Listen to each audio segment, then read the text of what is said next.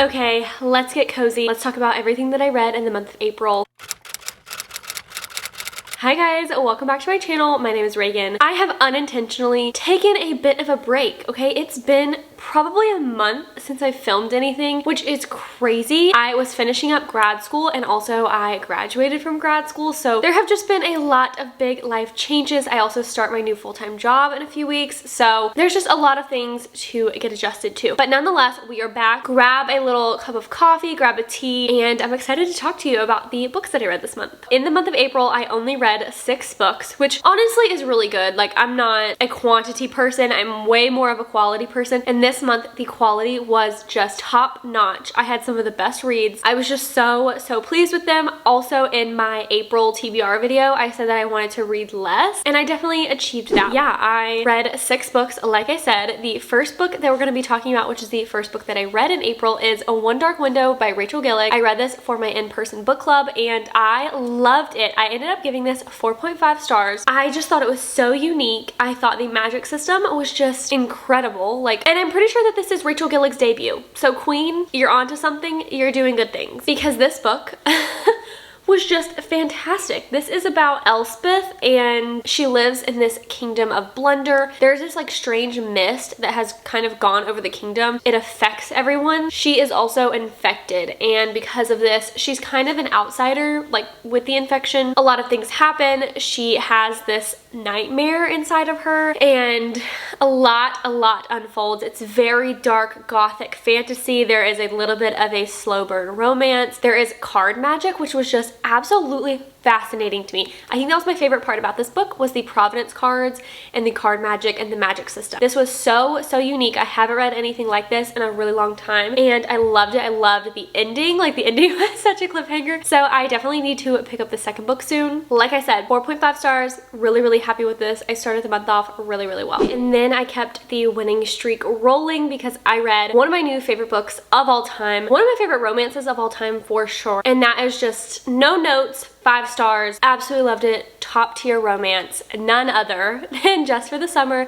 by Abby Jimenez. I'm pretty sure that I did a reading vlog with this in there, so if I did, I will link it down below so that you can see more of my thoughts. But absolutely love this book. Like, I get so giddy thinking about it. I have not stopped thinking about it since I read it. I loved it so much. Abby just delivered the most well-balanced romance. I laughed, I cried, I felt so connected to these characters. There was emotional depth, there was hard parental struggles, there were struggles within our main characters, a swoon-worthy romance, a lovable male main character, a lovable female main character. Abby just did such a great job balancing a lot of those things within a fun summer romance. So 5 stars.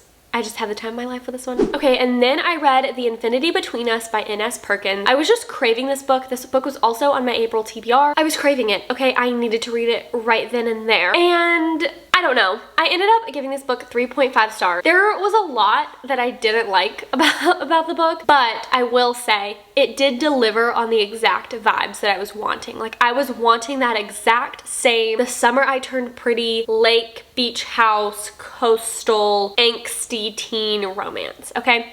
And that's exactly what this book delivered. So I will give it that. It just was not my favorite, however. Like, I did not like how it ended. I didn't really love the conflict with something that happens towards the end. Okay, that I was not expecting that. I didn't like it. It did what it needed to do in the moment. I won't be thinking about it in the future though. So therefore, 3.5 stars. I don't know. I feel like I don't really have much to say about this book. I just wanted it for the vibes. I got the vibes from it, and then I kind of moved on. Next, I read a manga, and that is Witch Hat Atelier Volume 1. I can't remember the author's name right now. I will put a picture obviously on the screen. I have been wanting to read this manga for a while, and it ended up Volume 1 being on Kindle Unlimited, so I was very excited. So I read it on my Kindle, which was a new experience for me. I've never read a manga on my Kindle, but I loved it. This was so much fun. It was so cozy. It's about this little girl who, like, all she wants to do is be a witch. She ends up like having this opportunity to be a witch and kind of like be an apprentice to this guy. Happy about it at first, but then there's a lot that comes with being a witch that she finds out. But yeah, it's all about like her coming into herself and learning how to be a witch, learning how to practice this magic, because it's not like magic with spells. It's all about drawings and symbols and things like that. I will definitely be reading the rest of the volumes. It just might take me a while, but I I loved this book. I didn't rate it just because I don't really rate graphic novels or manga. I loved it. I enjoyed it. I recommend it. I feel like that's all you kind of need to know about that one. Then I was craving a little bit of a mystery, so I typed in a little something on my Libby app, and I found One of Us is Lying by Karen M. McManus. I know that this is literally so old. Whenever I went to Goodreads to add this book as currently reading, it was on my want to read shelf, and I put it on my want to read shelf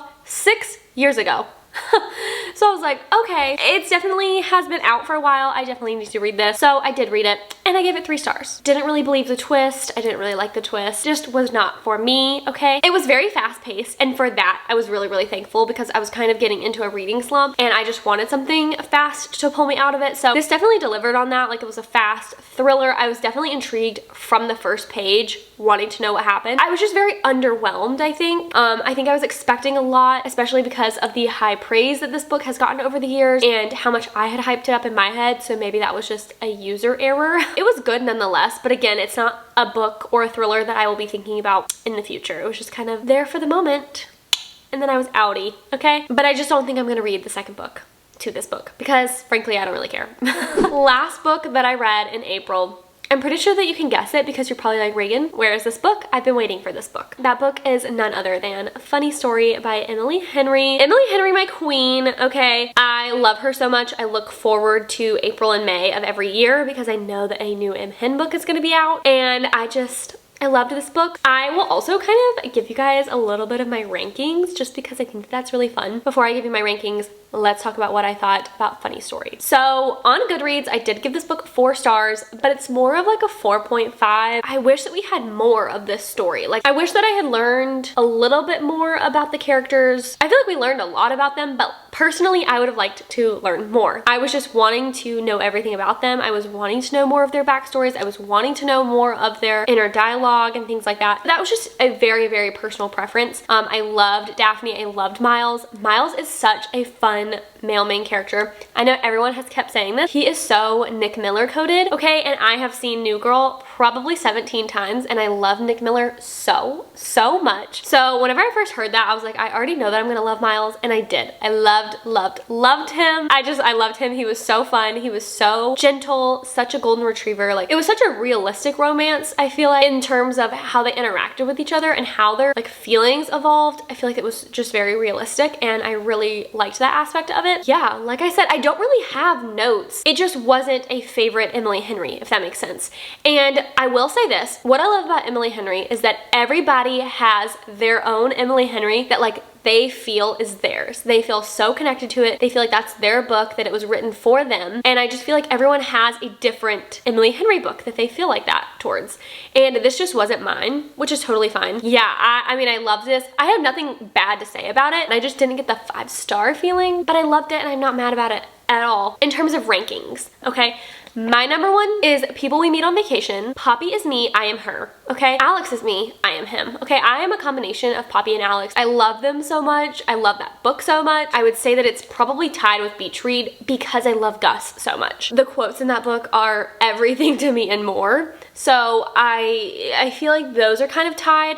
I would say my second, if we're gonna tie those two, I feel like my second place is Happy Place, okay? I couldn't tell you why because I don't relate to any of those characters, but I loved it. Like, I loved the setting. I loved how it unfolded. I loved the romance. That would definitely be like my second place. And then I would say after Happy Place, it's Funny Story. I also feel like Happy Place and Funny Story are kind of at the same. My least favorite Emily Henry is Book Lovers. I just don't really like Book Lovers, and I know that that is such a controversial opinion because so many people love Book Lovers, so do with that what you will. Which, speaking of Beach Read, let me show you guys this new Beach Read shirt that I got because I'm obsessed. I just need you guys to see it. This is literally everything to me and more. And I just needed to show you guys. Look at this, North Bear Shores. This is the new Emily Henry collection that's launching with Next Chapter Shop. I will link all this down below. Going to be live Sunday, May 5th. So hopefully when you guys are seeing this, I am not being paid to say this, but they did gift it to me because I am their May rep for this collection, and I'm just so excited about it, so I needed to just show you guys and tell you, because we all know and love Emily Henry. We all know and love Beach Read. Also, I have a coupon code that Bailey sent me, which is Reagan10, and you can get some money off of your purchase. Just needed to tell you guys that. So those are all the books that I read in the month of April. I do hope that you guys enjoyed today's video. As always, I will link my Instagram and Goodreads down below so that you guys can go follow me on there, and then we can be friends. Yeah, I am just so happy to be back on BookTube. I hope that you guys enjoy this video. Let me know what you guys read in the month of April. I'm always just so curious to see what you guys are reading. I will see you in the next one.